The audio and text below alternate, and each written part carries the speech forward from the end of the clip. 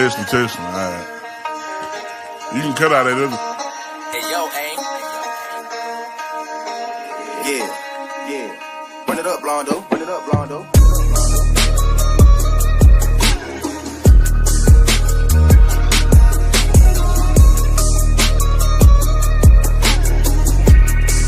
Hey, see y'all from Texas, where we sit riding swangers and put diamonds in our neck.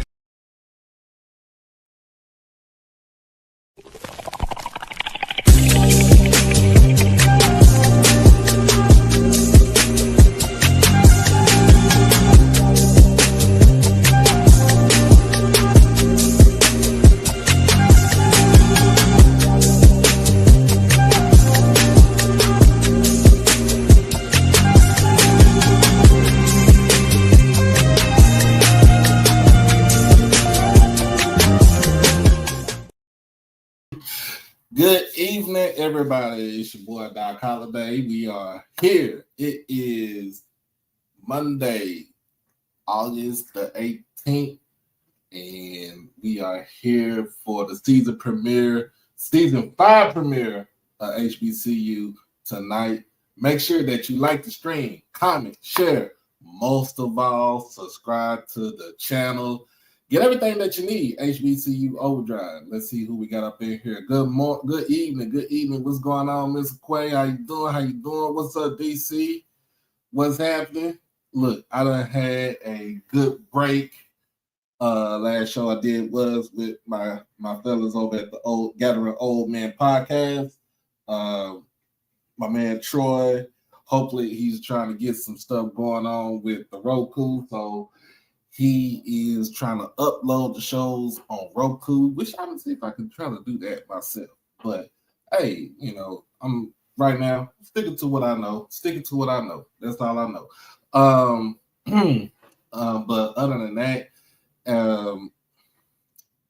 as y'all see, man, we are vibing tonight. Let me take my hair down. Because we are vibing, we are here tonight. I feel you. But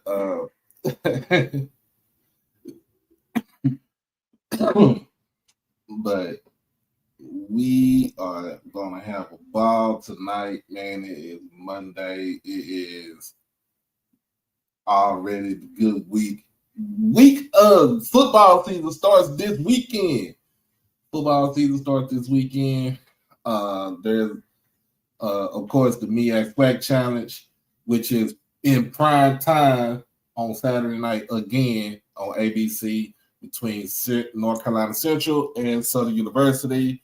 There's another football game. It's UC Davis versus Mercer in the FCS kickoff classic, live from the Crampton Bowl in Montgomery, Alabama. So yes, we're going to be the only ones that's going to be on the stage. FCS is going to be on stage on center stage on this Saturday, and then the fun begins next week. Now, we'll say this: next week is the start of the official SWAC coaches call, so y'all know that starts at 10 o'clock. That will be live streamed on the YouTube, so make sure Monday morning at 10 a.m. to be tuned in. If you got any, this is what I'm gonna do this season. If you got any questions for me to ask the coaches, put it in the chat for Monday, and we talking about all 12 coaches will be live on Monday morning. How you doing, Miss Mary? How you doing? But other than that, man, I just want to say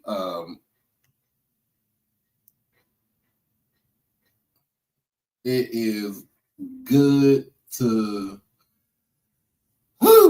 be back to a regular schedule Now, let me tell y'all what was going on last week. Last week, my schedule was kind of thrown out because I'm usually at work by 10 o'clock. But because we were doing a remodel in our store, my boss texted me like, come in at 11:30. Now I was there I worked 6 days last week, and of course I was off on my weekend. But it kind of threw me off because I'm so used to, doing a show on a Monday at 6 o'clock instead of regular show at 7. I mean, on a Tuesday at 6 o'clock, regular show on 7.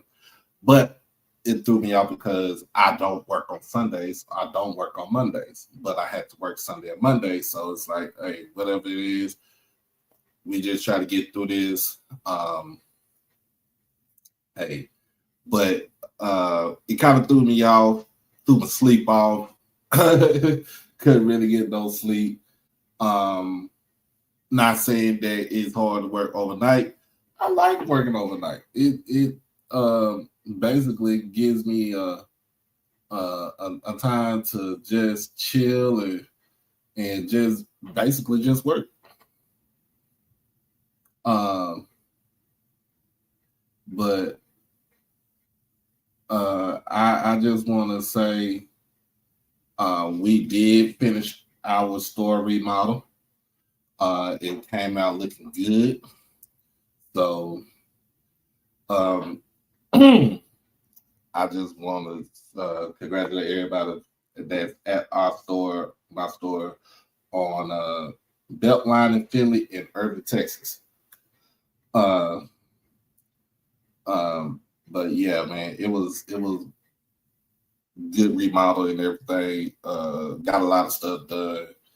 Now we're back to, semi back to normal, but we got inventory this week. That's crazy. We just finished a remodel. Now we got inventory. Then the following week we got to do a strip and wax on the floor.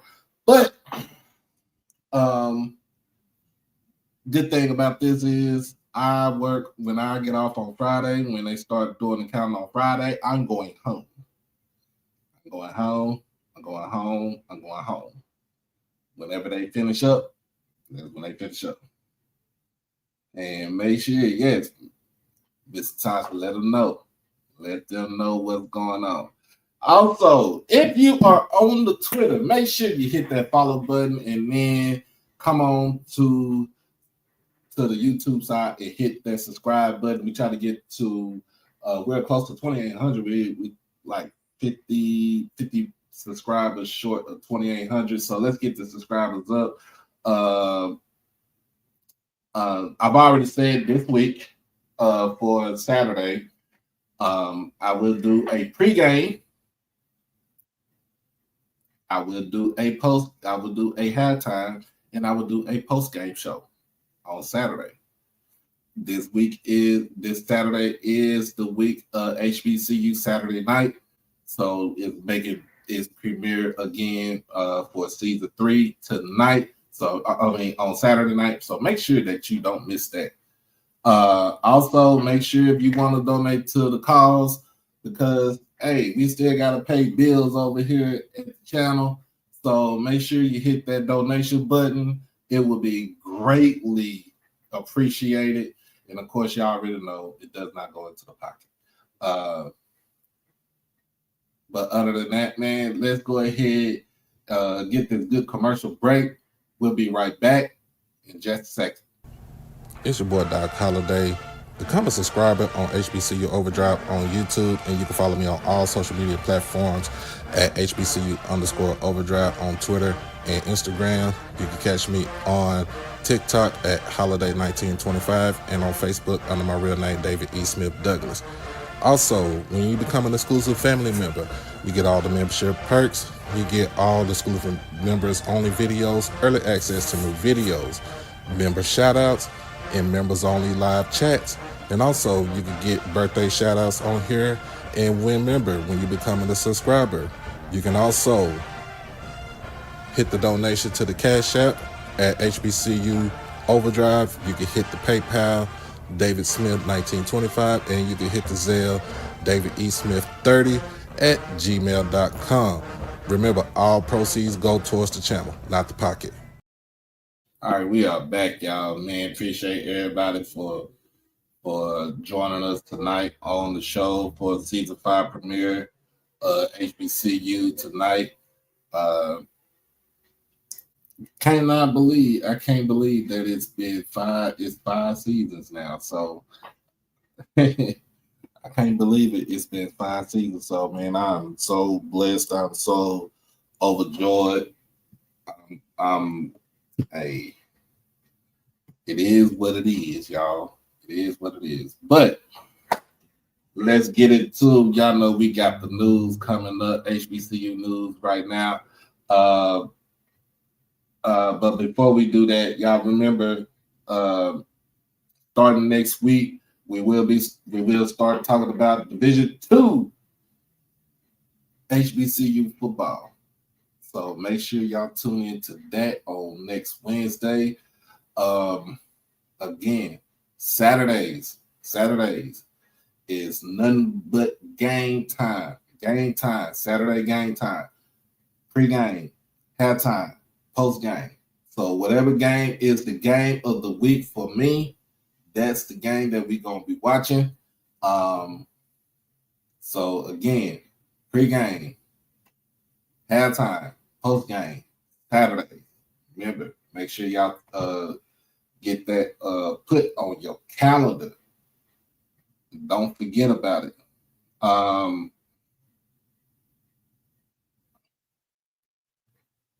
Let's see what else we got. Also, y'all know on Mondays and actually it's Tuesdays. Tuesday afternoon is my top 10 poll for Division I and Division II HBCU football. So y'all make sure y'all tune into that. Don't forget about that, because y'all know me. Some people say I have wild takes. I just see what I see. I go by what I see. Also, I'm going to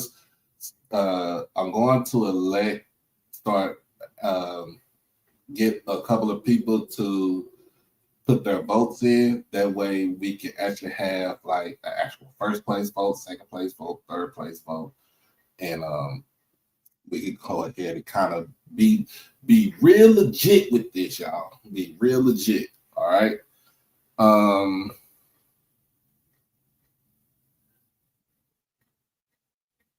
So that's what we got going on right now. Again, if you want to hit the donation button on the bottom where you see it on the ticker, you can go to the Cash App, always at HBCU Overdrive, PayPal, which is David Smith 1925, and the Zelle, which is email address, David E. Smith 30 at gmail.com for Zelle. So those are 3 ways you can donate.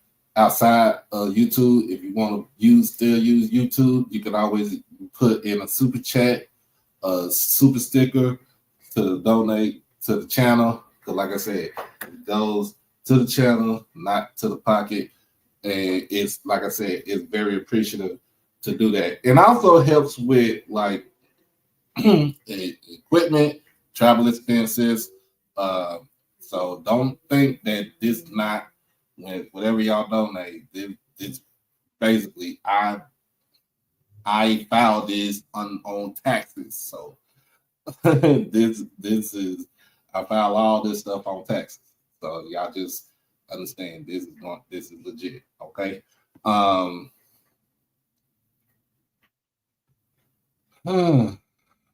Let's get into it. All right. So Saturday evening, I went to the Cowboys game. Of course, as you see, hold up. You see my little, you see my towel, my towel that I got for free at the game, and it was, the game was kind of we had some HBCU players up in there. So, of course, we played Baltimore. Of course, for Baltimore, they had Carson Vincent, who was drafted by the Ravens. I think in the 5th or 6th round, if I'm not mistaken. If not, y'all correct me on that. But he was going head up with James Houston on the Cowboys. That's Jackson State menace on the defensive line. Of course, and then of course, on the back end, had Marquise Bell, FAMU. So we had some people that was in the house that SWAC related. So what I saw from that game, all the way up in the 400 section, just letting y'all know, I was way up there in the 400 section. But guess what? I enjoyed every bit of the game on Saturday. So what I saw was a lot of QB pressures from James Houston. He did get 2 solo tackles in the game. He did get a couple of QB hits in the game. He was this close to getting a sack on Cooper Rush. Dang it, I hate to hear that Cooper Rush is gone from the Cowboys. But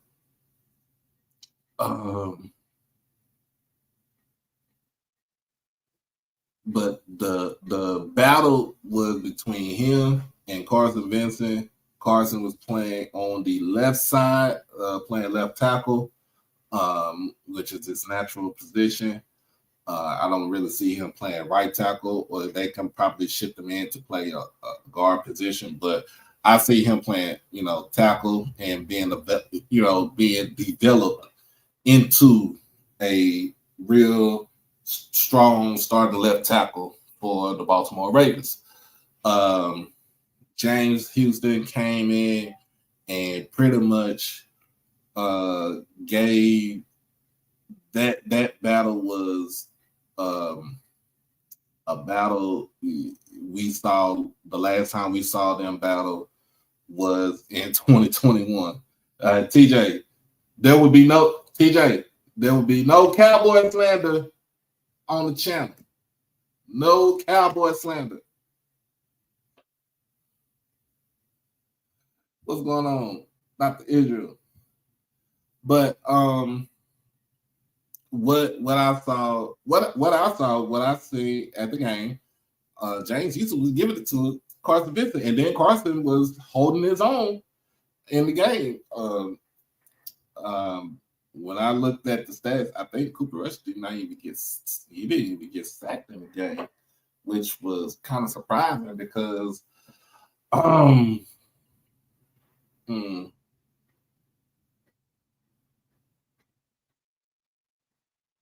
okay, TJ, that's null and void. Oh my goodness.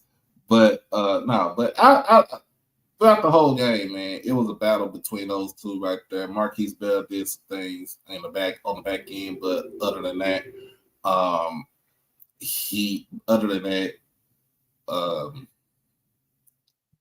it was twos on twos, three, it was twos on twos for majority of the game, for the whole game to be exact.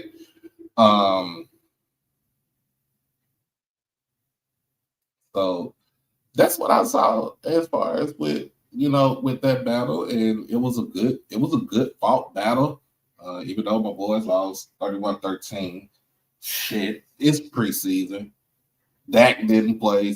Nobody first three did not play in the game, so I mean, I was not expecting for nobody to them to play in the game in this. Not even Lamar or Derrick Henry didn't play in the game, so I did not expect that.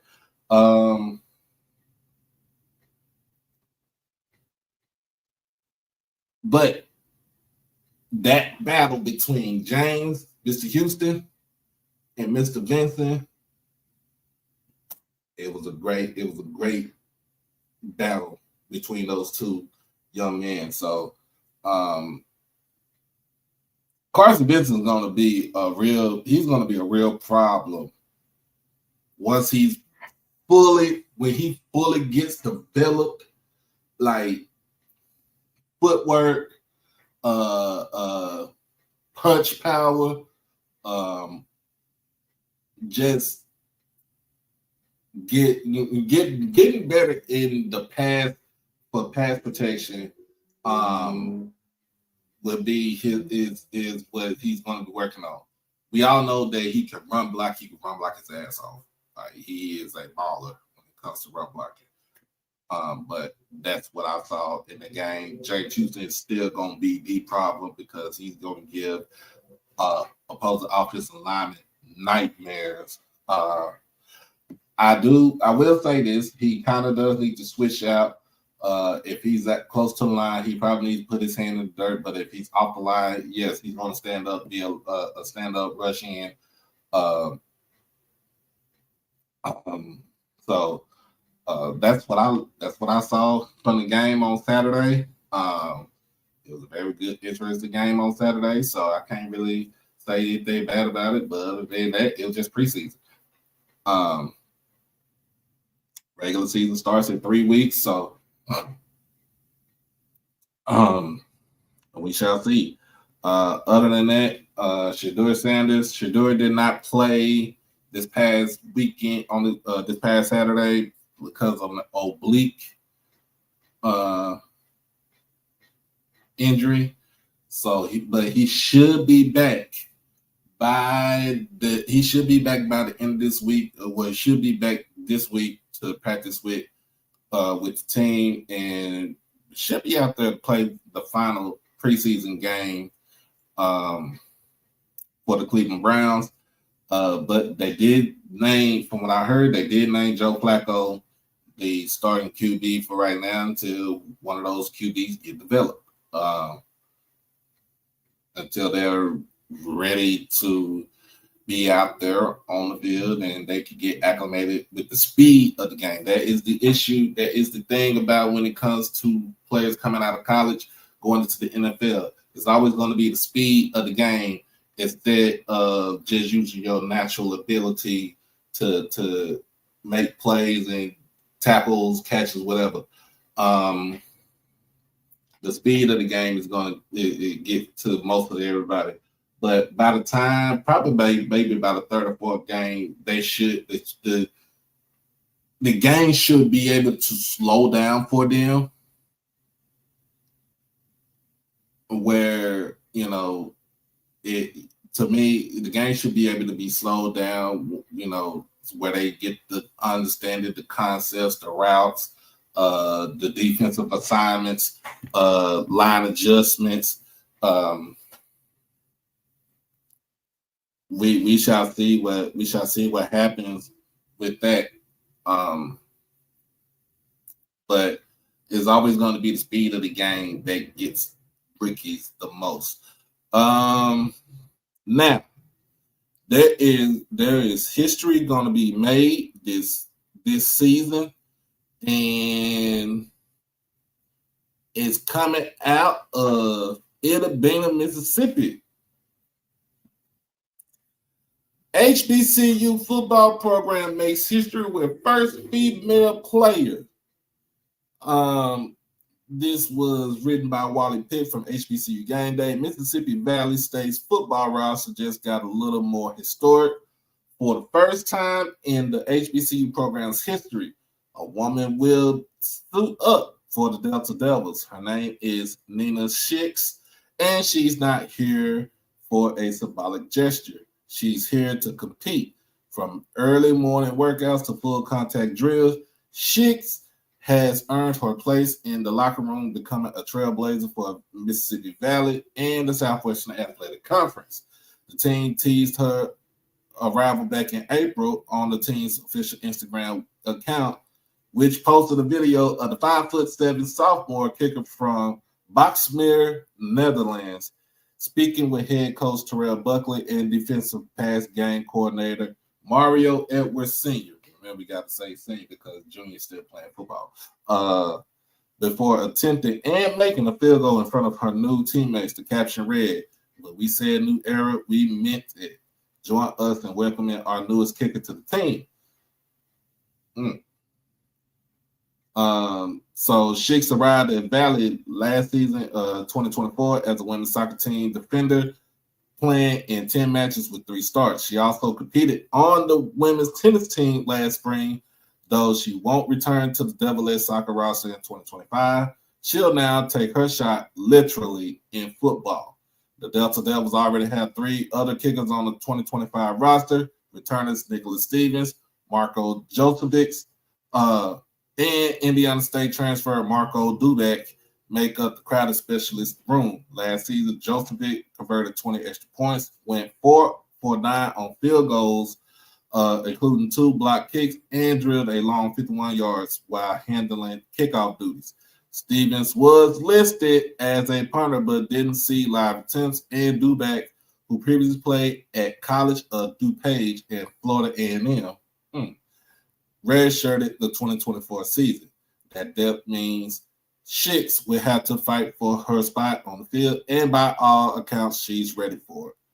Of course, this follows the trend. Well, it wasn't a trend, but this follows the story of Leilani Armenta, who was our kicker at Jackson State, who she went into the portal, but she is now on the Mississippi Panthers in the Women's National Football Conference. So she will be playing football in Mississippi still with the Mississippi Panthers. So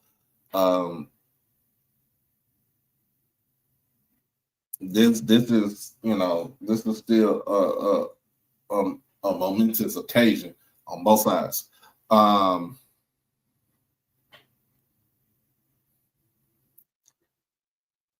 So of course, Valley opens their home game opens up their season with a home game against Southern on August the 30th, giving Shix a shot to become the next woman to make history on the gridiron. For her, it's simple: perform, compete, and help the team win. That is her motto. That's what she wants to live by. So shout out to Shix, Nina Shix, and hopefully she have a good season and a healthy season. So for the Mississippi Valley Delta Devils. So that is a good story to hear about, man. But let's talk about this. Let's talk about this. Edward Waters. We talked about Edward Waters last time, and we talked about Brian Jenkins taking over the helm at Edward Waters. He's taking over for Coach Toriana Morgan, who decided to step down and head back to his alma mater at Tennessee State to become I think he became the offensive coordinator, if I'm not mistaken. Either that or the wide receivers coach. Of course, Coach Morgan played at Tennessee State, was a wide receiver at Tennessee State back in the late 90s. So he is at Tennessee State. But because of the timing that he left Edward Waters, they have to go the interim route. Steps in Brian Jenkins. We all know Brian Jenkins. Senior. This is senior. Brian Jenkins Senior comes in and he has a standard within himself. We all know what he did at Bethune-Cookman. We all know what he did with Alabama State. We know what happened when he was at Virginia State. Now he's at Edward Waters in the SWAC.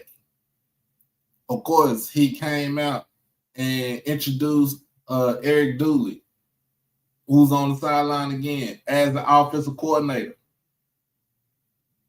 Now he comes back with another former HBCU head coach and on his staff, and Ernest Wilson. Last time Coach Wilson was a head coach, he was at Elizabeth City State. Now he's the special teams coordinator down at Edward Waters. Brian Jenkins is trying to tell folks down there in Jacksonville that this ain't for play. This for real. He trying to tell y'all, this ain't for play. This is for real. So we know what B. Jenkins does down when he's a coach. He sets a standard, and he has a standard of winning. And I think that will continue. He will continue to set that standard. Now, will he be the second SWAC team to beat a SWAC team this season? We all knew what happened last season. Bethune-Cookman loses to Clark Atlanta. But yeah, we all know what happened last season. Clark Atlanta went down to Daytona, put BTA on Bethune-Cookman. Won the game, 38-37.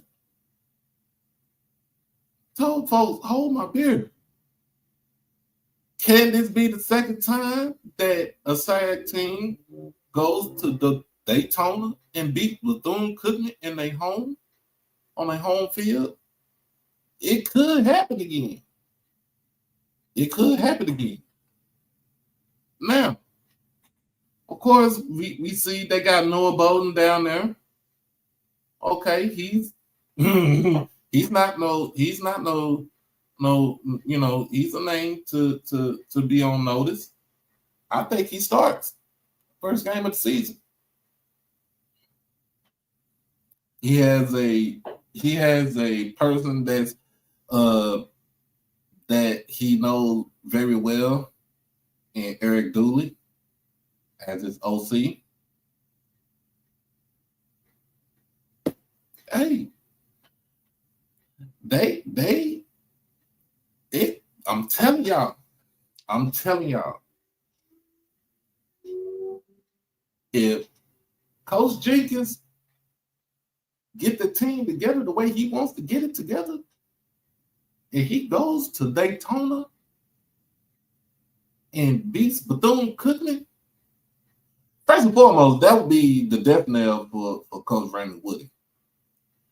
Second, that's about to put Edward Waters on the map. It's going to put them up there with the Clark Atlantas. It's going to put them up there with the Miles. Even though Miles lost a lot, even though Coach Shea is over there at Alabama A&M, they are still the kings of the SWAC because they won the conference last season.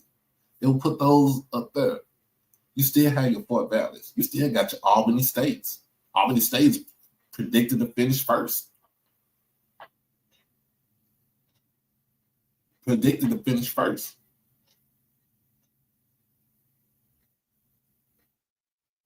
I mean, you got teams in that conference that can make some noise. And I told you, we're going to talk about that next week, next Wednesday, to be exact, for D2 HBCU Wednesday night. So we're going to talk about that. All right.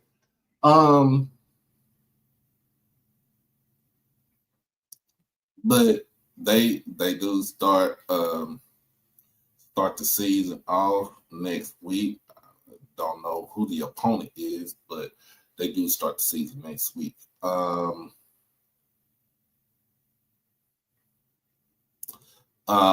on the street is that Norfolk State and Jackson State are going to clash at the MEAC SWAC Challenge in a couple of more years in 2028. I think this came from the executive director, John Grant.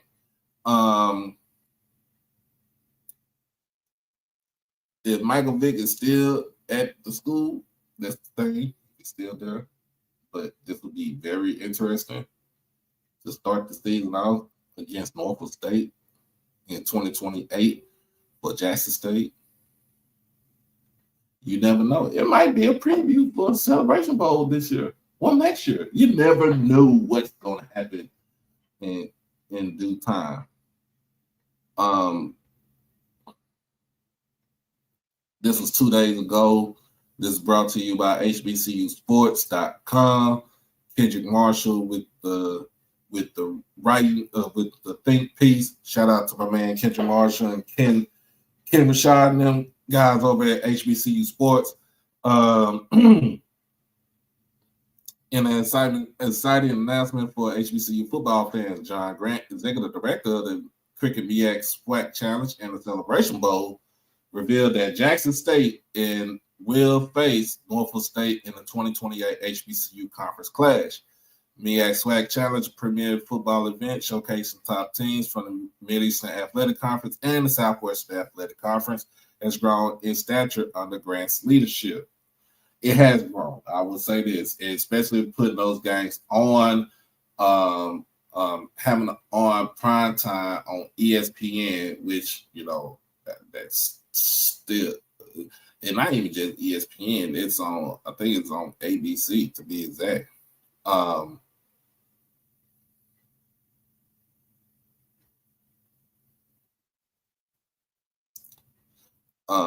So we shall see what happens with that. I mean, we shall see what happens with it. We shall see what happens with that. Make sure we got 100 folks between YouTube and Twitter. Make sure y'all like the stream, comment, share, and subscribe to the channel. If you're on Twitter, hit that follow button on the Twitter page. And you can also comment on Twitter also. So just let you know you can do that too. Of course, Jackson State, last time Jackson State was at MEAC SWAC Challenge, we defeated South Carolina State in 2023 in TC's first season. Last time Norfolk State was at the challenge was last season against FAMU, which turned out to be a close game against the Rattlers that Norfolk State lost. And pretty much that was pretty much like the eventual demise for Coach Dawson Odoms.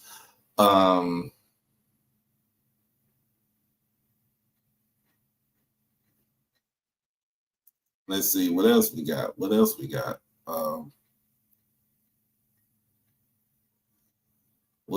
do we have here?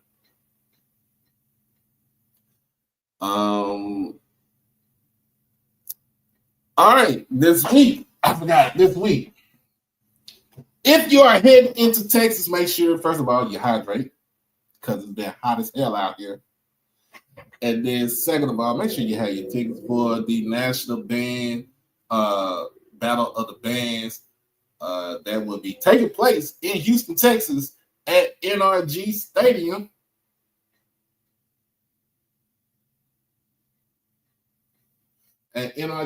So make sure you get your tickets for that. The bands, let me see. I have to remember who the bands that will be there.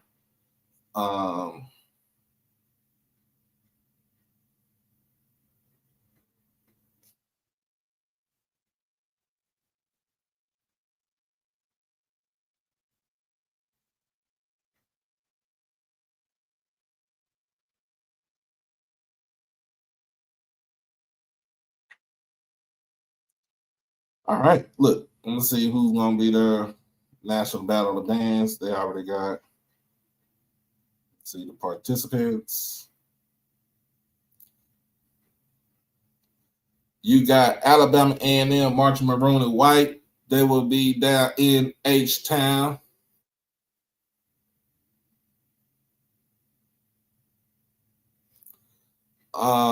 You got Albany State, the Marching Rams Show Band. You got FAMU, Marching 100, who was the band of the year last year. Of course, you got the Sonic Boom of the South. You got Langston University, the Marching Pride. You got North Carolina A&T, the Blue and Gold Marching Machine. You got PV, the Marching Storm. You got Texas Southern, the Ocean of Soul. That is, in fact, that is the lineup right there. That is this weekend.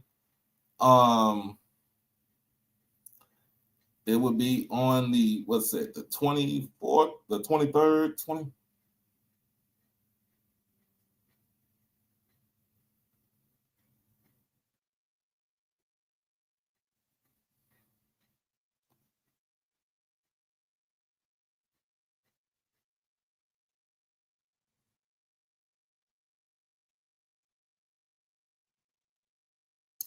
So between the from the 22nd to the 24th, so it's gonna be a whole weekend for this, y'all. Down at NRG Stadium, if you ain't never been there, make sure you get there.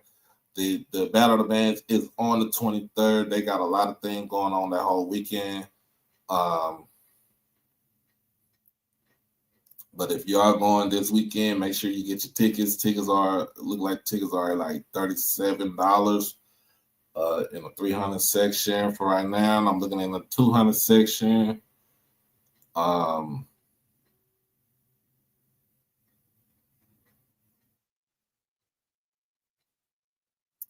look like the 100 section is gonna be like $47.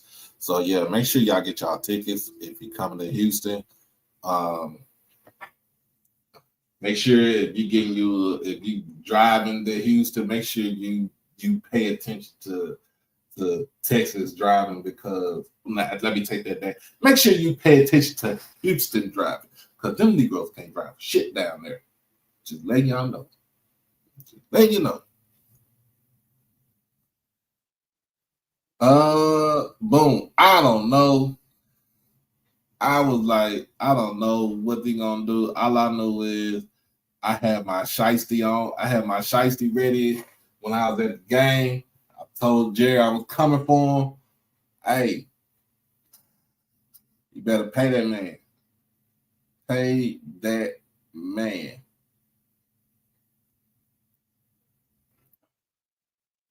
I'm just saying, because what he not gonna be doing,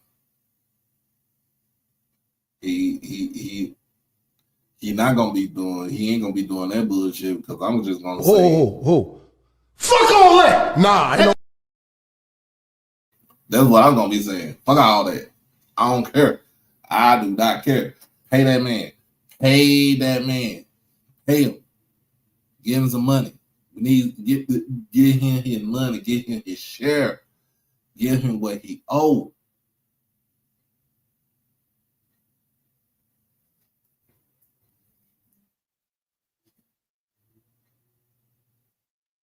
Give him what he owed. But anyway, man, before we get into the meat and potatoes of this, go ahead and hit that good commercial break. We'll be right back. And just a minute. Yo, it's your boy Doc Holliday with HBCU Overdrive, and I am proud to sponsor Merch Sports. Check out his new line of collection, the Black College Football Fan Club collection. It's basically designed to show support and give respect to the rich history and tradition of black college football. And as you already know, the best college players had to play at HBCUs before integration. So go ahead and check it out over at shopmerchsports.com. Merch Sports. Merch for the sports enthusiasts. Man, we are back. We are back. All right. Look, G Boom, tell them what it is. Say, yo, if you're coming to the Battle of the Bands, you don't want to pay high prices to park at NRG, park downtown and take the Metro Rail to the stadium.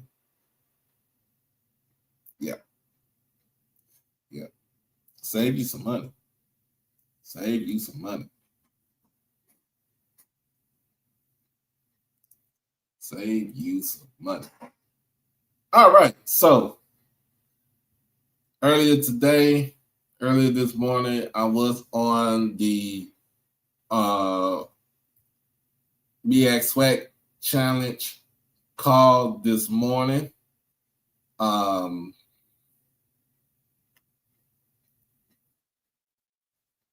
Actually it was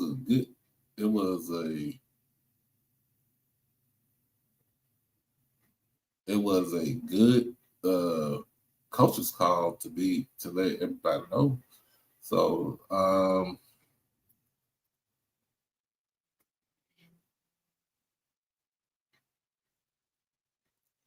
trying to see where that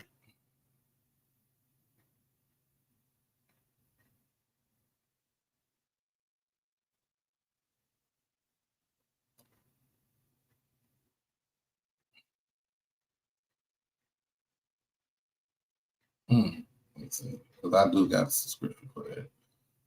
Because I did subscribe to it this morning.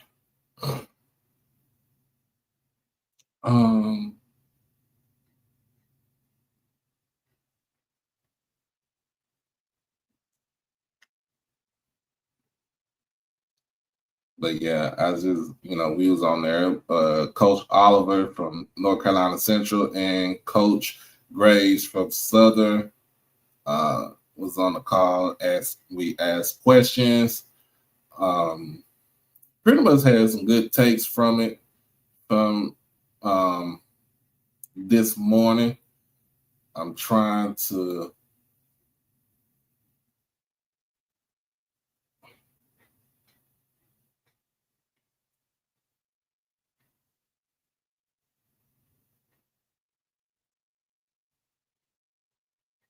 say it was 7 hours ago. All right, so I'm gonna do it from right here. This is from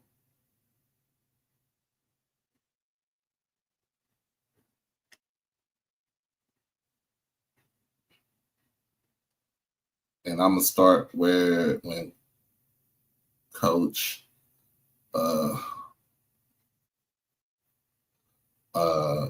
Coach Oliver came on stage. So I'm gonna go ahead and y'all know how I do. I'm gonna share the screen.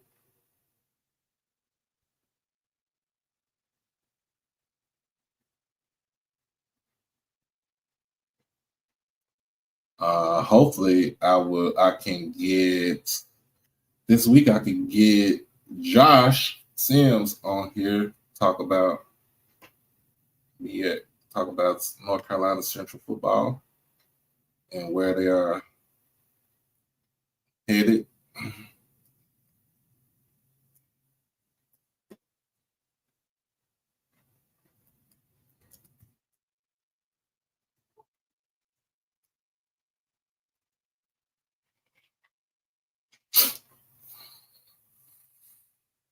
All right, let me go ahead and play that. Camera and begin speaking. Coach Oliver, could you give us your opening statement, please? I'm good. All right. Good afternoon. Excuse me, we have a little technical difficulty here in week one. But obviously big game this week. We get a chance to kick the season off with SWAC opponent in Southern University. So guys are fired up about having an opportunity to go down and play in this MEAC SWAC challenge against Southern University. We know it's going to be a very good football team that we're going to face. Probably one of the more athletic teams I believe that we'll see this year. They always have great athletes in the skill positions. Coach Graves has done a great job there. We're good friends, and I have the utmost respect for him and what he's been able to accomplish down there. But for us to be able to face off a number one team out of the SWAC, we're excited. We're excited. Thought we had a very spirited day of practice last night. The guys have the day off, and we'll knock out Tuesday, Wednesday, Thursday, and head down there Thursday evening. But we are excited and looking for a good football game.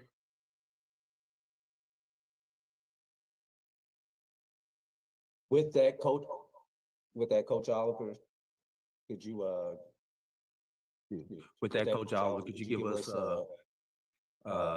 some key players to watch? Like I say, it always starts up front for us, and I think that we're very talented on both sides of the line. We'll start off with the offensive line. We're returning 5 starters from last year. Obviously, our quarterback Walker Harris is coming back this year. We're excited about him. And then Christian Mosley, our running back. He's probably the fastest guy on the team. So we have some firepower on offense, but I think it starts up front. And I'm very pleased with how our offensive linemen have progressed throughout camp. And on the other side of the ball, same thing defensively. It's all about those bigs. And I think that Thomas Johnson, our defensive end, and Wisdom Sims up front, Makai Wall, we got some Makai McCall, excuse me. We got some football players up there. So a lot of depth on the defense side of the ball, and those guys really, really battle every day. So iron sharpens iron, and we're excited about that.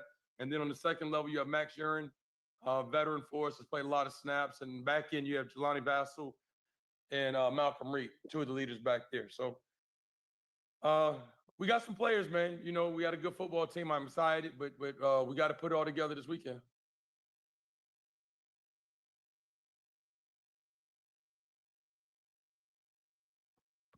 Coach Oliver, with that, we will open it up to questions from the media.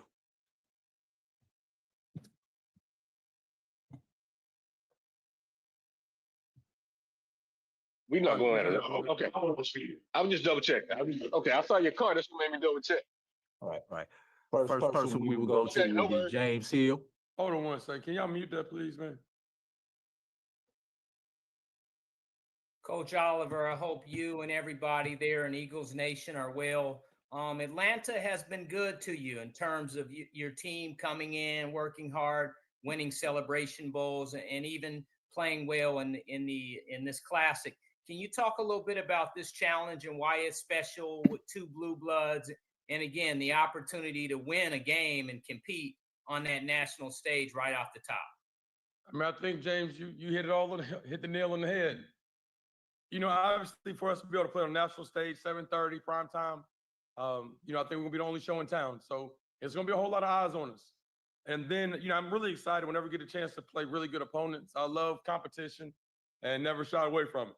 So you have the number 1 ranked team out of that conference from the SWAC West against one of the top teams in the MEAC conference. So, there's a lot on the line right here. We're trying to hold it down for our conference and obviously put a great product out there as far as our university brand is concerned. But yes, Atlanta has been good to us. We've done well in classics since we've been here. I think we're 6-0 now, whether it be the Circle City Classic, Orange Blossom, or Celebration Bowl. So we've had some success on the big stage. Coach, we had the opportunity to cover your program during the Pee Wee era, and now you have Mr. Walker at quarterback. Can you talk about the camp he's having and what he can do in terms of coming out and helping you guys win games? Yes, great leader. And, I think that he's done a great job of letting the game come to him. I thought sometimes last year he pressed a little too much and tried to be perfect, tried to make the perfect throw and just tried to be perfect all the time and put a little pressure on himself. So he's settled down tremendously. Obviously, Davies is our quarterback coach now, so they have a great relationship and they've worked together for a long time. And obviously, he understands what Coach Leone wants out of the offense. But just take what the defense gives you and don't push, don't press. Thank you, Coach. See you Saturday. Yep, thanks, James. Wayne Cartwright. Hey, Coach. Wayne Cartwright. Just wanted to kind of just talk about when you mentioned Christian Mosley at running back. Obviously, you replaced Jamari Taylor, who was your leading rusher and one of your best players from the team last year. Where do you see his fit in the offense in terms of replacing that production from Jamari Taylor? Yeah, that was a lot of production we lost. But looking back on the offseason, I thought Mosley probably should have got a lot more carries last year and took some of that workload off of Jamari. Mosley's a little bit different running back, very dynamic, has great speed, great vision, and he can make you miss, and he's a home run hitter. So he's unbelievable out the backfield, the ball in his hands, and overall really good running back. And I think he's probably improved more so than anything in the pass pro this offseason. And Coach Bankins, our running back coach, they spend a lot of time watching film and going through technique and fundamentals to improve that. So when you have a running back there that can go the distance any place on the field, that's a blessing to have. And then lastly, Coach, Max Urin, he's one of your veterans at linebacker. What has been his progression through camp as a leader and what you can expect from him moving forward? That's the biggest thing. And I tried to limit Max with some of the full contact stuff. We already know what he can do. The big thing was just making sure we're in shape and he's fresh and stays up with his eye discipline, which has never been a problem with him. So he's really helped bring these other guys along. Albert Red has had an exceptional camp. I'm expecting a huge season out of he and Isaiah Lawson. So those are two other linebackers we have that we're very comfortable with. And, Max is, like you said, he's a coach in the field and displays great leadership ability. Thank you, Coach. Good luck to you on Saturday night. Yep, thank you. Doc Holliday. How you doing, Coach? Doc Holliday, HBCU Overdrive. How you doing? I'm doing good. They say that the game is won in between the trenches, between offensive and defensive lines. How would you feel about your offensive line going against this other defensive line featuring Kelvin Givens? They see it every day in practice. Our offensive line will be ready because they see Thomas Johnson and these guys I have here every day in practice. And I have a very good defensive line. I think Givens is a very good defensive end, very athletic, does a great job getting off the ball. He's a vertical threat, and he puts a lot of pressure on the tackles. But our tackles have spent a lot of time breaking him down and understanding favorite moves and, what he likes to do. So, we're gonna have to do a good job of getting a hat on the hat with them. And, you're not going to be able to double them all game with the running backs or tight ends. So my tackles are going to get left one-on-one with them at times, and they're going to have to play well. But our tackles, Trey Humphrey, has played a whole lot of football for us, and Jaquan Sprinkle. And those two guys will be ready to accept the challenge. And second question, like you said, you had a lot of success in Atlanta going into the MEAC SWAC Challenge last time against Alcorn, winning that game. What is the formula as far as for Eagle football when it comes to you as the head coach? As far as big games? Yes, sir. Oh yeah. Well, we don't prepare any differently. I don't put any more pressure on the guys because we're playing on national television or we're playing in this classic or whatever we're doing. Everything is the exact same. How we prepare. We practice for 2 hours. We don't have no 3-hour practices and all of that stuff. So whatever we don't ever change our routine. We will go down Thursday. That's a little different to hit some events on Friday. But, we talk about thermostat mentality, not too high, not too low. So we're going to set the thermostat on about 68 degrees and let it ride. But I'm not going to put any added pressure on my guys. They'll be ready to play. All right. Appreciate you, Coach. Be watching on Saturday. Yeah, thank you. Last question will come from Dr. Kenyatta Cavill. This is Kenyatta, Dr. Bills, inside the HBCU Sports Lab. Good morning, Coach Oliver. Good morning, Doc. How you doing, man? All pretty good, excited. Pretty much like yourself, trying to stay calm and make sure I'm ready for the opportunity to cover yourself, your program in Southern University to kick things off in this game. With that being said, I always have been intrigued about the first game of the season. What is the biggest challenge that you see going into the first game of the season compared to others, as well as what does it look like during the game as you're trying to make adjustments? Is that any more different or challenging than any other game? Yeah, that's a great question, Doc.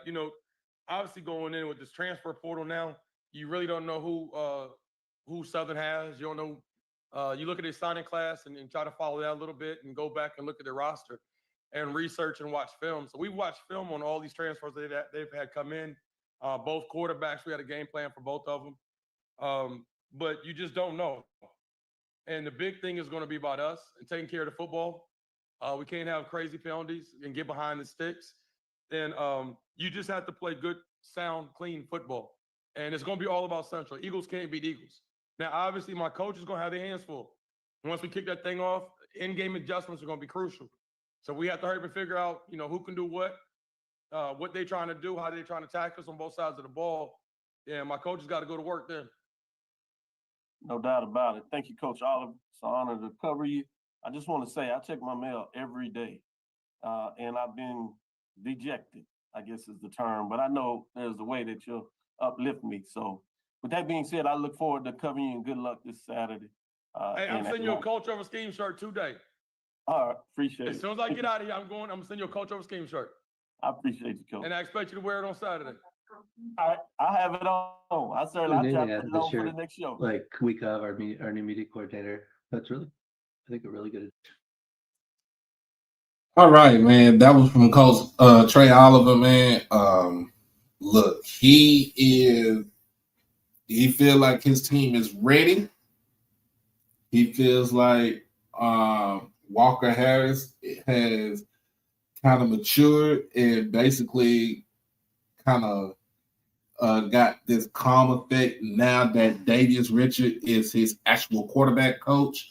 I still say that Mr. Richard should be in the NFL right now, but he is giving back to his alma mater as being a QB coach. And one day he'll probably be a head football coach, man. Shout out to that young man right there. The question I had posed for him was between his offensive line versus Southern defensive line, but especially Kelby Givens, and how will he be able to neutralize Givens coming off of the edge. Now, if I'm the defense coordinator, if I'm for Southern, the defensive coordinator, I'm moving to Kelby Givens all around that line. Because I want to see, I'm moving him all around that line.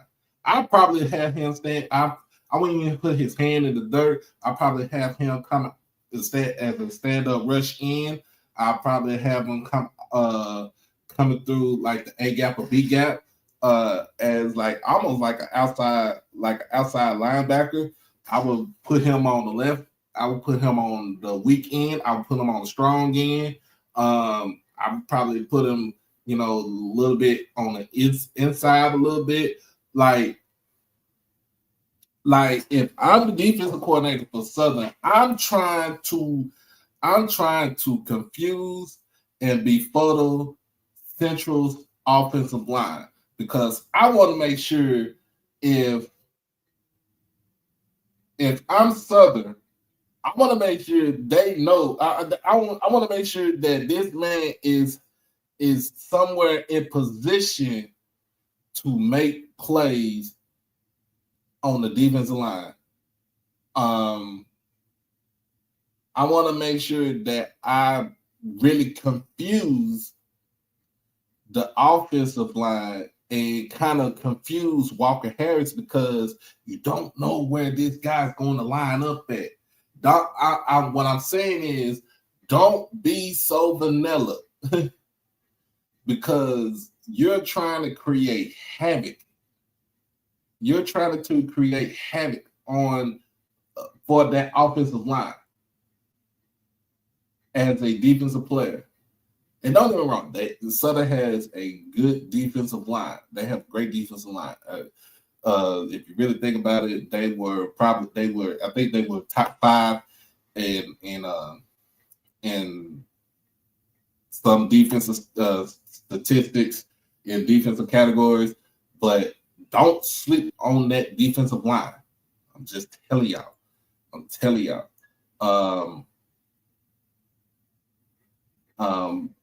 Another thing,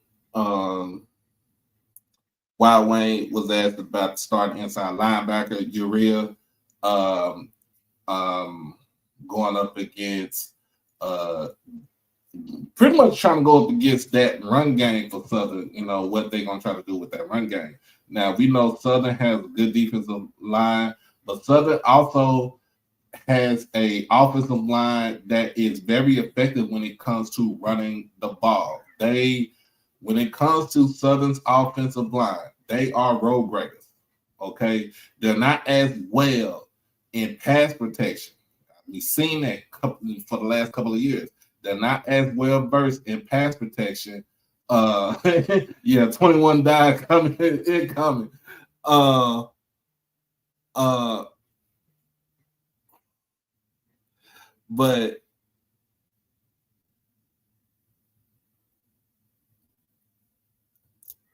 But the thing about it is they are very instinctive when it comes to running the ball. They are bulldozers. They are road graders. They like with that Trey Holly is the real deal. I want to see it. But when it comes to Southern's offensive line, they like to throw people out the club. You got a white T-shirt on, they want to throw you out the club. They want bodies. That's what they want.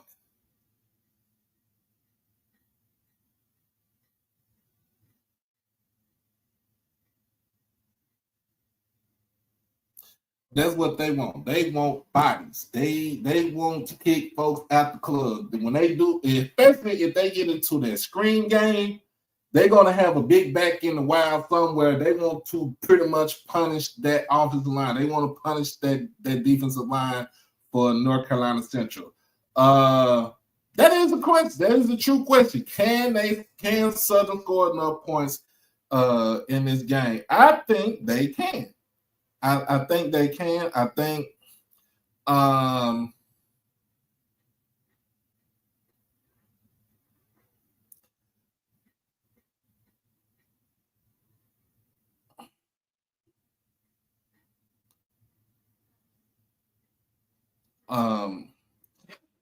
I think they can do it.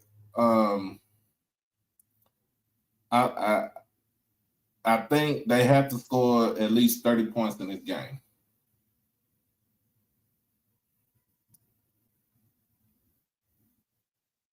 Yeah, they got to get the lead.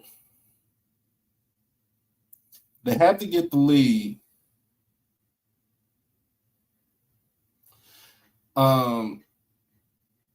They have to get the lead in order to get the run, but they will run the ball early. If you really think about it, remember they will run the ball early. They are not afraid.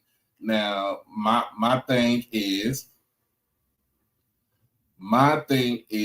on the offensive side, can the offensive coordinator Mark Fredericks, can he be innovative?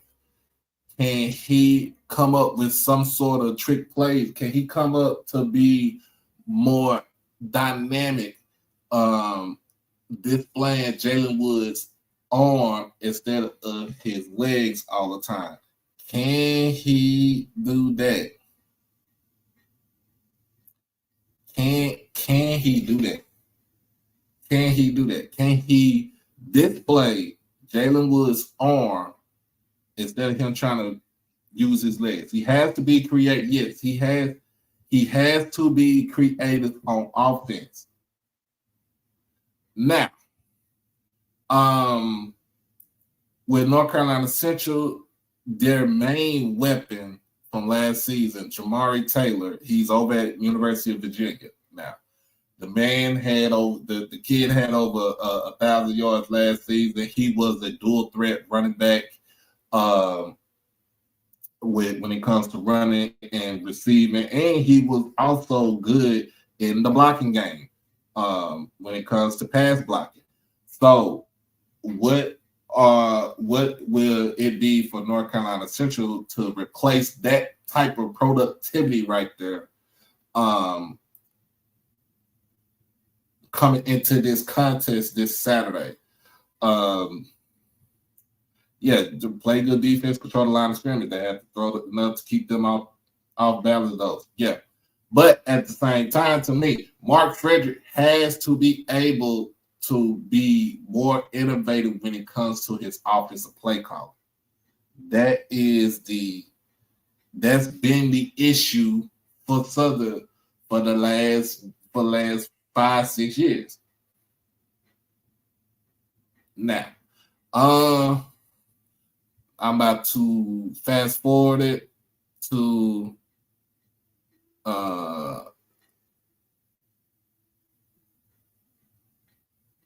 Coach Graves.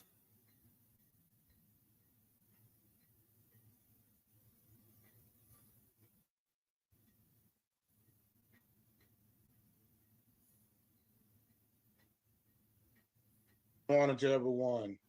Certainly an honor to be here on today. We're excited. We're excited about having the opportunity to travel to Atlanta this weekend to compete against a very good North Carolina Central football program.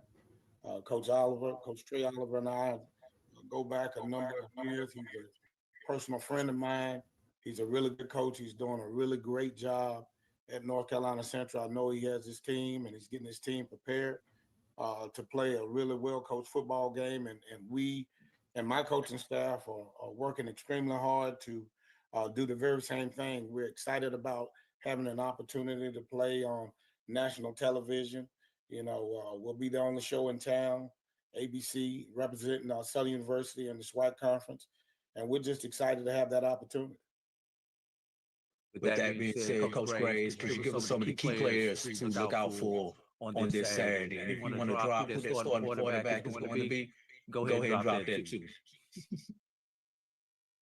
Well, it always starts up front. We have four of our returning players last year starting. Juan Gonzalez, Joshua Trask, Jerron Lewis, and Brian Wallace. Those guys up front, they do a really good job.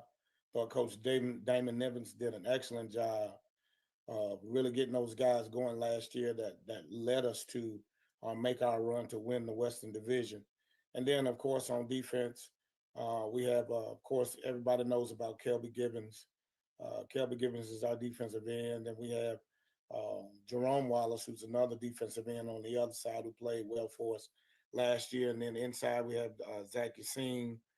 And we'll have Kai Brown and a list of other guys. I think we have some depth inside in the D tackle spots, and we have depth on the outside. It's always great to have numbers, and we're looking forward to really getting into it on the offensive side again at the wide receiver spot. We have Darren Morris and Malachi Jackson and Kobe Brown. Those guys are really doing well, as well as Cam Jefferson. They've had a really, really good camp. Running back room, it's running back by committee. We have a number of guys that can run the football and do all the things that's needed back there for us. And Michael Franklin and Jason Gabriel, Barry Remo, Trey Holly, Kahee. Like I say, it's running back by committee. So we'll have a number of guys that can really run the football and do some things for us. Also, our tight ends, I think we have the two best tight ends in FCS football, and Dupree Fuller and Jermaine Minor. I really think those guys are doing a great job for us. They did well last year, so we're looking forward to that. Our strength is probably our secondary, where we have returned Horatio Johnson, our safeties, and Herman Brister III. We call him Trey Brister. He's the other safety who does a great job. And then outside on the edges, at the corner spots, we have Xavier Franklin and Traylon James. Those guys, as long as also with Eric Reed and Elijah West, a guy that who does everything for us. And we're excited about him. In the linebacker room, of course, we have Vincent Page and Jamarlo Campbell, and we have some depth there as well. Mike Jones. Those guys will be the guys that head up our linebacker core. So we're excited. to have the experience, the depth, and the numbers on both sides of the ball, but it always starts up front. And, those guys get to see and compete against one another every single day. The quarterback situation, of course, we got Jalen Woods and Cam McCoy. Those two guys are quarterbacks that are really battling and doing a great job. And as far as naming a starter, you'll find out on Saturday. All right. With that, we'll go to the media for the questions. Remember, give your name, give your entity, and try to limit it to one question, please, so we can get everybody in. We'll start off where we ended our last session with Dr. Kenyatta Kavir.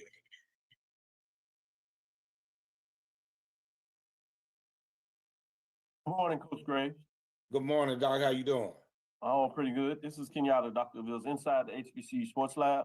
I wanted to ask you the same question I asked Coach Oliver in regards, what is the challenge in terms of the first game of the season? In particular, what does that look like during the game in terms of working through, if I'm correct, those challenges?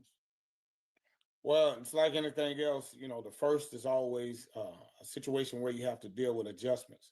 And it's going to be important for us to get off to a really good start in all three phases. And then once the game gets going, I think the first 7 minutes of any ball game is important, because you'll see a lot of flow one way or the other, how the game progresses. And then, for me, it's always been it's not about game plans per se all the way through. It's about how well you make in-game adjustments.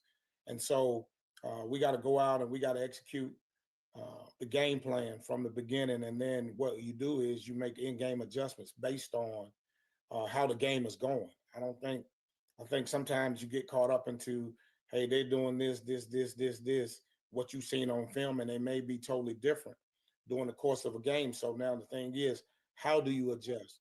How well do you adjust? And that's the key thing for us. We can't make mistakes. We can't, get ourselves behind the chains with foolish penalties and things of that nature. We got to stay in the frame of the game, because this is, of course, the transfer portal, you got new guys and you got to see how they play on the stage with this team, with their players. And so it's going to be key. It's going to be real key how these guys adjust in a game-like situation, because, you can practice and scrimmage against one another, but then when you put the pads on and it counts, you got to be able to, make those adjustments. Very appropriate said. Thank you, Coach Graves, and good luck this weekend. Thank you. I appreciate it. Yes, sir. Next, we will go to James Hill, and we will follow him with Wayne Cartwright after Mr. Hill. Coach Graves, I hope you and everybody in Southern Nation are well. Can you talk a little bit about the history of it, the pageantry, what we expect to see on Saturday? It's 2025. We've watched HBCU football, the history of it since the 1800s, but now all of a sudden it's the latest installment when you look at the SWAC and the MEAC, and this is a beautiful thing on a national stage for fans all ages in the history that we will see. Well, good morning, Mr. James Hill. That's a great question. I grew up around playing and coaching HBCU football. So it's a great atmosphere. It's a great tradition. It's a combination of a family reunion, homecoming, social event, all in one.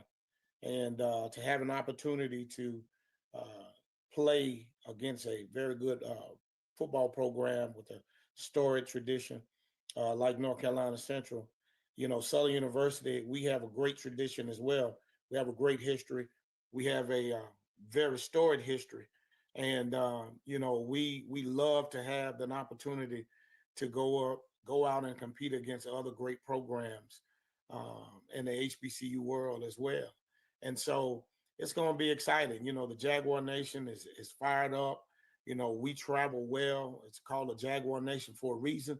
It's because they come from all over. And, excuse me. And, they're looking forward to it. We're looking forward to it. The Human Jukebox is practicing at night as we are, preparing for a great performance. So we're excited. And I think to have the opportunity to watch our game. Like you said, our game started in 1892, and so now it's grown into 2025 where we're playing on national television. So it's hats off to all those people who've made the commitment to grow our brand, to grow our game, and to not allow the naysayers to say that our brand is not a good brand, our game is not a good game. If that wasn't the case, we wouldn't have the stage that we have and the pageantry. And when you see, 50 plus thousand majority Black folks in the stadium rooting for their respective teams, you can't ask for a better situation. We have the best brand in FCS football, period. That's just not talking. The facts speak for itself. Our conference leads HBCU, leads FCS football and football attendance year in, year out. So if the product wasn't good, people wouldn't come out. So, we're excited. We're great to represent Southern University and the SWAC as we take on North Carolina Central and the MEAC, two great programs with a lot of pride, and we're encouraged and excited to have this opportunity. Thank you, sir. See you Saturday. Yes, sir. Wayne Cartwright, followed by Doc Holliday. Hey, Coach Graves, Wild Wayne Cartwright, the ride with Wild Wayne Cartwright. What's going on, Wayne? Hey, good to see you again, Coach. So with all of the expectations that your team has coming off winning the West and the SWAC last year, can you just kind of talk about the impact of winning this game over a quality opponent as North Carolina Central, what that would do to set you guys up on your path for your goals as you have moving forward this season? And thank you. It'd be huge. Simply saying it would be huge because North Carolina Central has a great program. Like I said before, Coach Oliver is doing a tremendous job with that program. He has them on the national forefront in terms of FCS football, and to have an opportunity to go out and compete and win against an opponent of that magnitude would really set the bar for momentum of us going and continuing the season. I think the thing is, it's not going to be easy whatsoever because, again, he has a good football team. They're going to be disciplined. They're going to be physical. They're going to be fast. Not going to make a whole lot of mistakes. So the challenge for us is to work hard, to be focused, to be disciplined, to be physical, and to not get behind the chains, not to shoot ourselves in the foot. He has a lot of talent. We have a lot of talent. It's going to come down to the guys making the plays. Coaches coach and players play. So the guys that make the plays will give ourselves a chance to maximize on victory. So it'll be huge. Anytime you can win the season opener, it sets the tone, or it should set the tone, giving you momentum going into the next week. Thank you, Coach. God bless and good luck to you and your team on Saturday night in Atlanta. Thank you. I appreciate it. Coach Graves, we want to respect your time. We've got a few more questions. Do you have a few more minutes to give to us, please? Oh, yeah, definitely. Okay. With that being said, we will go to Doc Holliday, followed by Stephen Gason. Morning, Coach Graves. How you doing today? Good morning, Doc. How you doing? I'm doing good. Like I asked Coach Oliver, the game is won between the trenches, offensive, defensive line. With your offensive line, basically is trying to protect your quarterback. What are some things that you saw during summer camp with your offensive line, and what do you think are some things that can improve going into Saturday? Well, I think anytime, like I tell my guys, you got to work every day on fundamentals and techniques. And so that's what we strive. How do we get better each and every day, fundamentally and technically? And we battle. We have a great defensive line, so those guys battle each and every day. And some days the defensive line wins, some days the offensive line wins, and that's what you want. It's never a situation where those guys are getting dominated consistently one way or the other. And so when you have that, those guys have learned how to compete and take care of one another. Those guys watch film. They know what to expect. They know what they have to deal with. And of course, like you said, the game starts up front. So we just got to make sure that we're on the same page. We got to communicate. we got to make the plays that we supposed to make and do our job. And like I say, we got to do our jobs and do our jobs well. And if we do that, we give ourselves a great chance. Appreciate it, Coach. Be watching on Saturday. Thank you. Stephen Gaither, followed by Charles Bishop. Take yourself off of mute, Steve.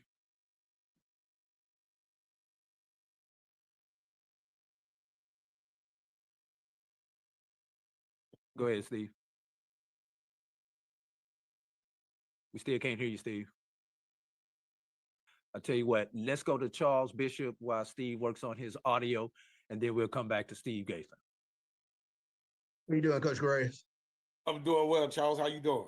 I'm doing well. Charles Bishop, inside the HBCU Sports Lab. And I wanted to ask a question, veteran presence like Walker Harris, what are the sort of unique challenges that he provides to the Southern defense? Well, the thing is, the key word that you said, veteran. So, you know, he does a great job of understanding what they're trying to do offensively. And so what we have to do is we have to make sure that we don't give him the same look twice. And because when you're playing against a wily veteran, you have to make sure that you're doing some things differently to maybe that he's maybe not have seen us on film and things of that nature. So, you know, we got to make sure that we try to get him out of rhythm a little bit. But again, I said the key word is veteran. So he's played a lot of football games. He's seen a lot of stuff. And so it's going to be up to us to make sure that we're focused and locked in and take advantage of those things that we think we can take advantage of. Sure thing. Appreciate your time, Coach. Thank you. All right, we're going to try to go back to Steve Gaither, and then we will follow that up with TJ Brown, who will be our last question after Gaither.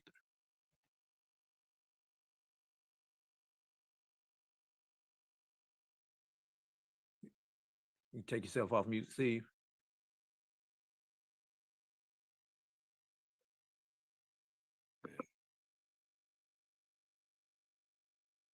All right. Steve's not going to ask a question today, so we're going to go to TJ Brown, and this will be our last question of the day. All right. Good morning, Coach. How you doing? I'm doing well. How you doing? Doing well. TJ from the Advocate in Baton Rouge. When it comes to in-game adjustments, and you brought up obviously the running back by committee, what type of factors will lead to adjustments when it comes to, I guess, who takes the carries in game one? It's the flow of the game. You know, it's not you know, there's no secret to how that works. You know, it's the flow of the game, and the hot back. The hot back will always continue to get the carries, and that's the thing that we do. We try to make sure that we don't outthink ourselves and outsmart ourselves. So, you know, if a guy's doing a great job of running the football, sure, you know, you're gonna have a number of guys carrying the ball, but if the guy's hot, you're gonna run them until, you know, they adjust, and then you go to something else. So that's how we approach that, and that's part of the in-game adjustments. You gotta be paying attention and being abreast of the flow of the game, and that will give you an indicator, an idea of what you should do and how you should do it and how you should attack it. And so that's how we'll approach it. Thank you, Coach. Oh, you're welcome. The 20th annual Cricket MEAC SWAC Challenge kickoff promises to be a primetime showcase of HBCU football. All right. So that was the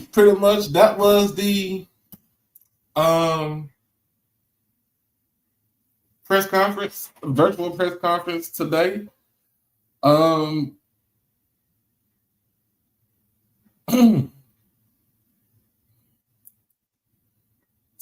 the thing about with Southern, like I said, with Southern is basically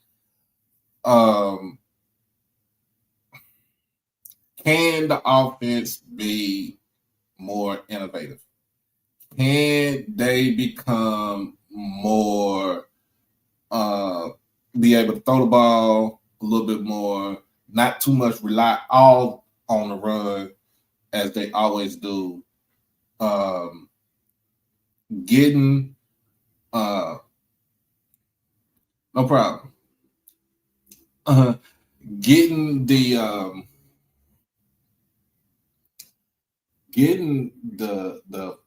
backs into the passing game, getting your tight ends to the passing game, having more of a vertical threat on the outside with the receivers.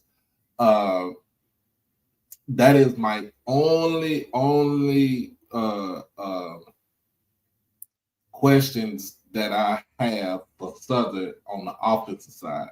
On the defensive side, we know what they can do. Now, I would say the front seven is going with, to me, I feel like Southern's front seven is going to pretty much almost have a field day, especially that front four if they can get pressure on that offensive line for North Carolina Central. My only concern on the defense is the back end. Now, don't get me wrong, you do have all SWAC preseason, all SWAC pick Herman Brisson III playing. I think he's playing strong or free safety. You got Horatio Johnson that's on the outside playing cornerback. Now I've seen North Carolina Central's. Their receivers are twitchy, quick. They're not per se fast, but their get off is just like that. They, when it comes to running routes, they are quick out of their breaks, boom, quick out of, to get to their route, to get to their spot. That's my only thing about that as far as the back end. Now, I would say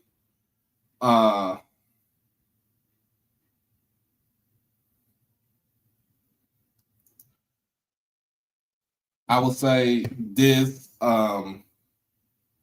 is the defensive line. Can the defensive line for Southern get pressure on Walker Harris for North Carolina Central? But also, can Central's defensive unit, their front seven, get some sort of pressure on Jalen Woods for Southern? Now, I would say, offensively for Southern, I think expects hey, don't get me wrong. I expect Southern to play two quarterbacks in the game. I expect them to play two quarterbacks in the game. I don't know what to say, but I expect, when it comes to the dynamic, don't get me wrong, when it comes to the dynamic of Cam McCoy with his speed, he does have a live arm where he kind of does need to work on his touch passes and working the intermediates, but we know he can throw it long. Putting him in some sort of package where Coach Frederick can use his speed on offense. I think that might be something that they can do also when it comes to offensive play calling. Another thing nobody really hasn't talked about is special teams. And if I'm not mistaken, Southern returns their kicker, Josh Griffiths, who had a pretty decent season last year. Talking about a guy who could kick it from 40, 45 yards out. And if you kind of do need to win the game with, put the game on his back or put it on his foot, hey, he can actually get it done. I really don't know too much about North Carolina Central, but at the same time, Central is known, to be honest with you, let's be real, Central is known to have good return specialists. They are known to have good return specialists. So it's good to see that. Now, I'm just waiting on for this game on Saturday night. I'm just letting y'all know, just waiting on for this game on Saturday night. Again, I will be doing a pregame show on Saturday morning pretty much probably maybe an hour or so after I walk into the house, because I'm not doing it at 9:30. I'll probably do it at like 10:30 or 11 o'clock. I will be off of there and then come back at halftime, where we'll go ahead and give all the stats from the first half, kind of see what type of adjustments both teams will make at halftime, and to kind of give us a prediction for the second half of the game. And then, of course, the post game, which is HBCU Saturday night, basically we'll be following the actual game. So as soon as that game goes out, I go live. We will have our recap of the game, and we will start looking at the week of August the 30th. Now, I might have some good news. Well, I do got some good news when it comes down to it. So we are finished with talking about the MEAC SWAC challenge. But we're gonna start talking about next week. We'll start talking about week 1. Now, I think more likely I will probably be in Jackson or Mississippi that weekend. Now I talked to some folks. I talked to my mama. I asked her we could go down to Houston for the Labor Day classes. She's like, I ain't going to Houston. I'm going to Mississippi. I'm like, Mom, what you going to Mississippi for? She's like, I'm going down to Brookhaven for. I was like, damn, so I'm going to a family reunion for my stepfather's side of the family. We have it in Boca Chica, so we're gonna be in the country, but that should give me time, if I can go skedaddle to Jackson to the game.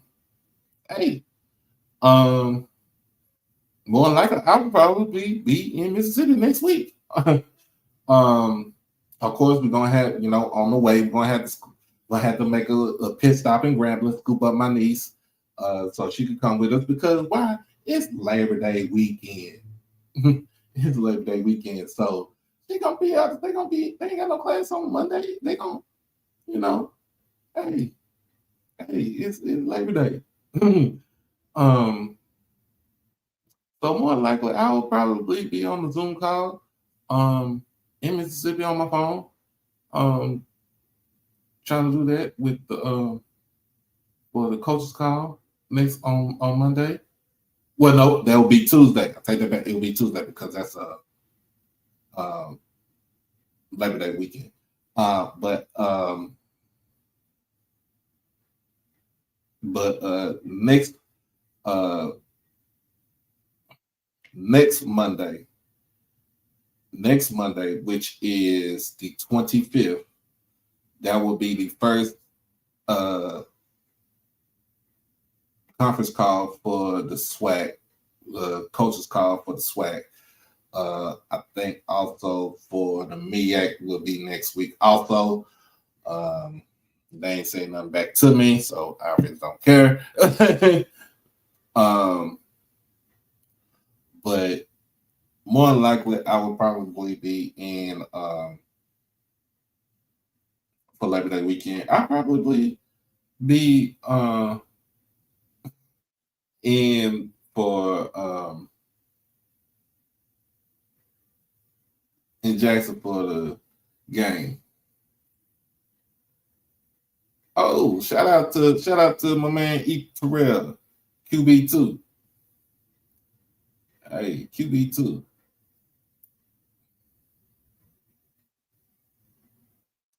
Hey,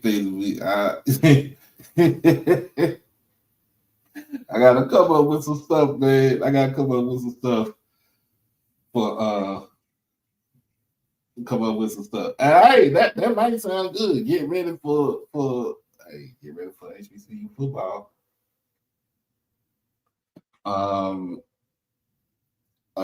before we roll up out of here, shout out to the Sonic Boom. They had a successful merge on Saturday. The band has gotten bigger this season. Sound really good on Saturday. Now it's time to put belt to ass on all them folks who doubted us. But yes, the merge came out. The merge was good. I saw it, clips of it while I was at the game on Saturday. Again, shout out to James Houston, Marquise Bell, and Carson Vincent for putting on a good show on Saturday evening. Dallas versus Baltimore.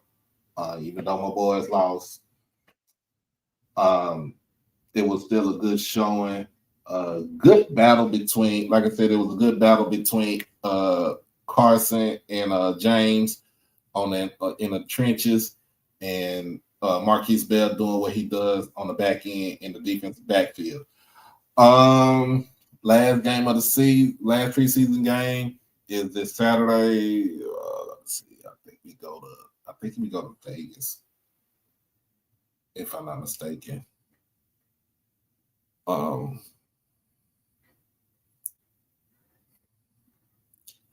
think we go to Vegas, and if we do go to Vegas, my resident Vegas Raiders fan, Troy White, he would tell me and everybody else, fuck Tom Brady. But I hope everybody is having a good time, a good evening, and for all them folks that gets on your nerve, guess what? Guess what you can tell them? Fuck them people! Fuck them people! I'm surely gonna use that during the week of the USM game right there. I'm surely gonna use that.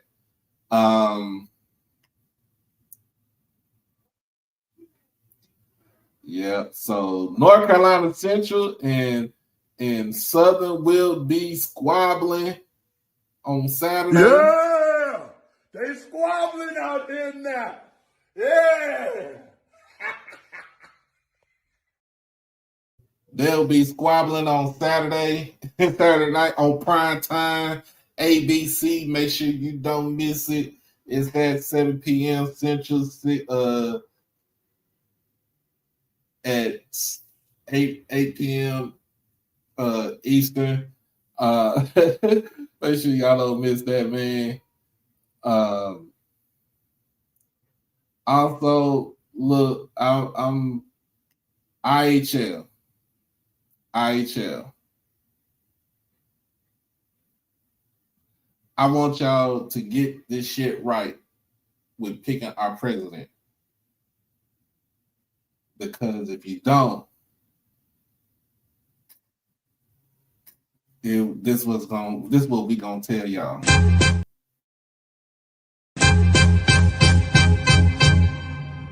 Man, fuck all you hoes.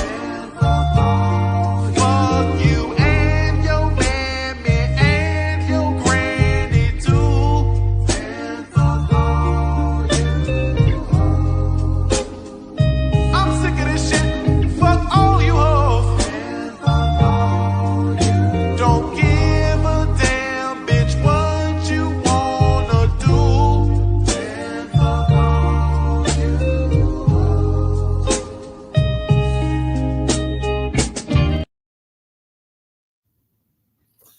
I'm tripping. Hold on now. I'm tripping.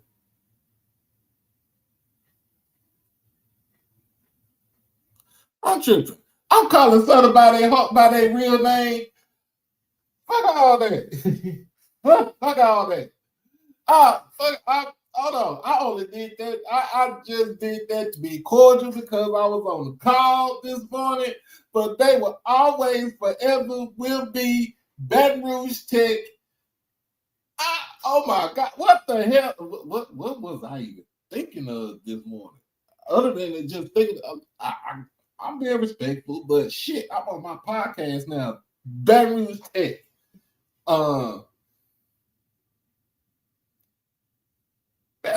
Baton Rouge Tech. That's their name. God damn it. Damn it. That's their name. Shit. I'm tripping. I'm tripping. I'm like, why am I calling about their real name? I know I was on the call. You know, you want to be respectful when you're on the call. You want to be respectful when you're on the call. But damn it, I'm on my podcast. They is Baton Rouge Tech. Where's my picture for them? I need to get my picture for them. I got to get shit. Damn it. I'm tripping. But anyway, man. Oh my goodness, I'm tripping, y'all. But anyway, man, it's over 120 folks in between Twitter and YouTube. Make sure that you like the stream, comment, share, and most of all, subscribe to the channel. If you're on Twitter, hit that follow button. Also, hit that come on to the YouTube side and hit that subscribe button. If you want to join the most exclusive, become a member of the best HBCU podcast that's out there. All you gotta do is just hit that join button, and it's the low price for $4.99. If you want to go ahead and donate to the channel, you can go ahead and hit the Cash App, PayPal, Zelle. Everything is in the ticker below. And last but not least, let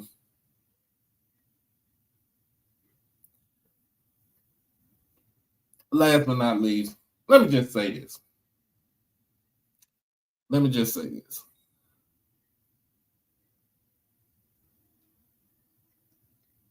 There has been a lot of bullshit going on in the world for the last couple of days, within the last week or so.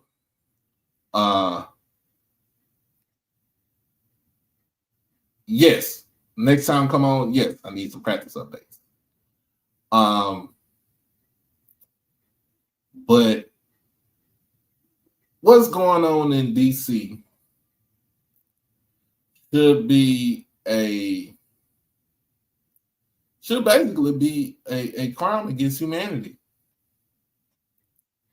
And of course, you see, you've seen that Trump said he wants to take back DC. That's what happens when you want to become a dictator. He's using the dictatorship playbook right now. Part of it is the redistricting, gerrymandering, these districts. Redlining. It's occupation. It's an occupation. You occupying DC with National Guard and DC police. What I seen on video is basically the step 1 or 2, whatever step it is, of going from a democracy to being autocratic. Not autocratic, to being authoritarian.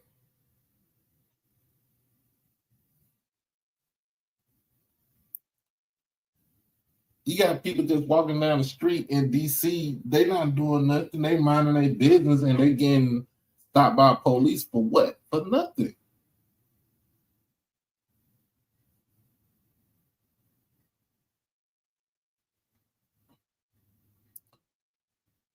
And it's so crazy. Police it's so crazy. People who wasn't anything when they was growing up now decide they since they are a cop, a police officer, a sheriff, a deputy, that it gives them carte blanche to go out there and become a bully. I bet you put that gun and badge down and you clock out and somebody came up to you and maxed your ass out, you wouldn't do shit.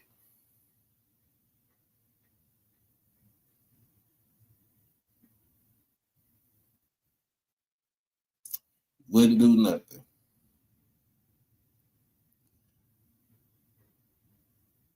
And the president is basically giving them the green light to do whatever the fuck they want to do out there in DC.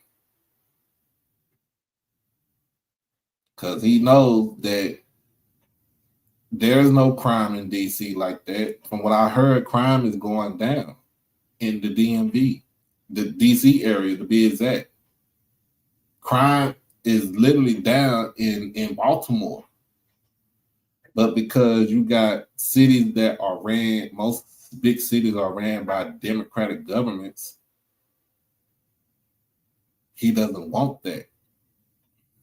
He wants everybody to kiss his ass.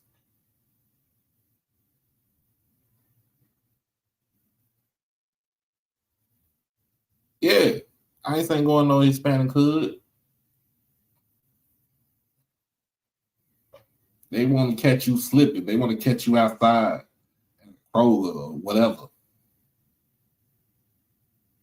Here in Texas, Dallas, they want to catch you outside of Fiesta. They want to catch you outside of La Michoacana. They want to catch you outside the Fruitarian. They want to catch you outside where you at least expect not to be, you at least expect to be vulnerable. But at the end of the day, like I said, the revolution is going to be televised. And for the folks who voted for this man and they see what he's doing and they don't like what he's doing, you voted for him, you put the man in office. Now you got to deal with it.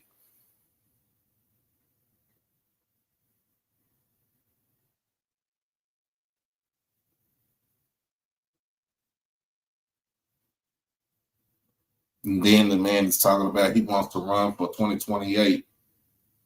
He can't get a third term. He won't be allowed to have a third term.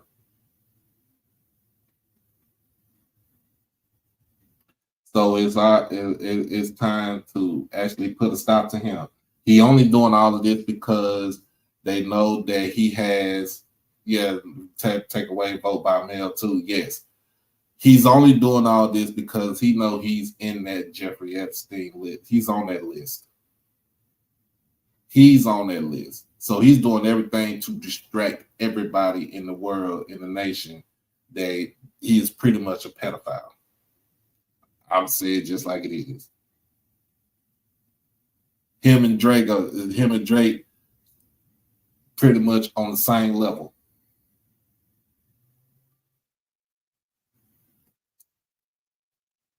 But at the end of the day, we got midterms. Midterm elections coming up next year. Get your ass out there and vote. Don't complain. Don't say nothing. If you don't vote, you have no say in what goes on because you did not exercise your right, your God-given right to do what you're supposed to do.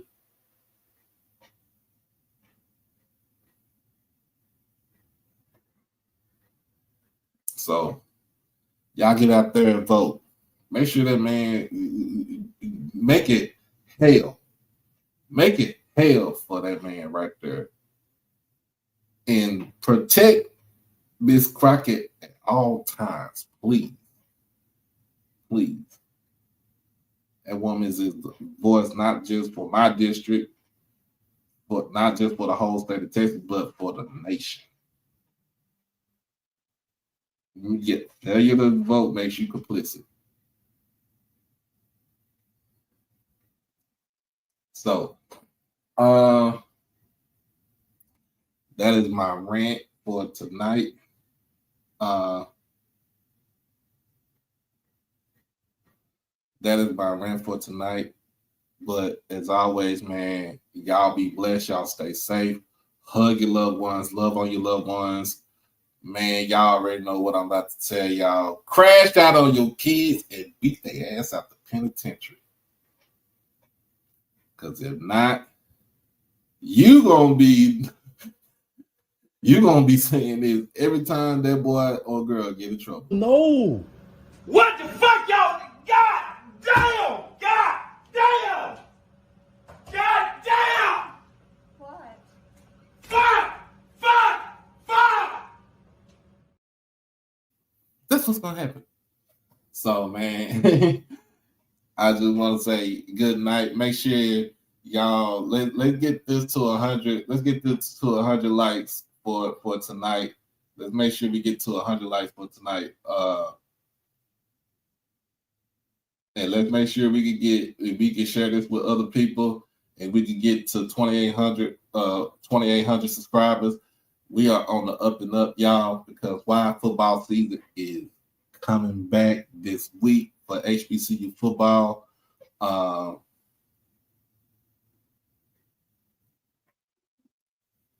ready.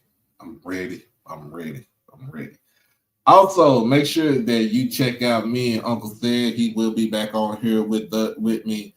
We give our picks for the week.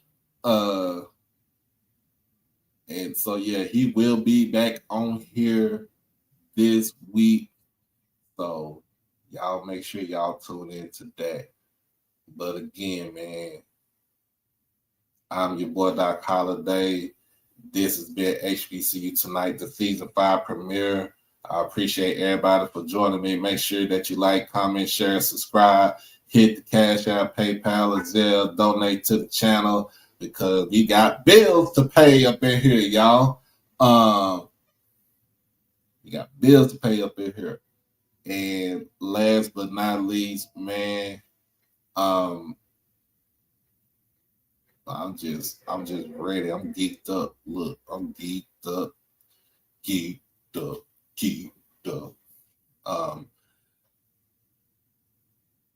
But as always, man,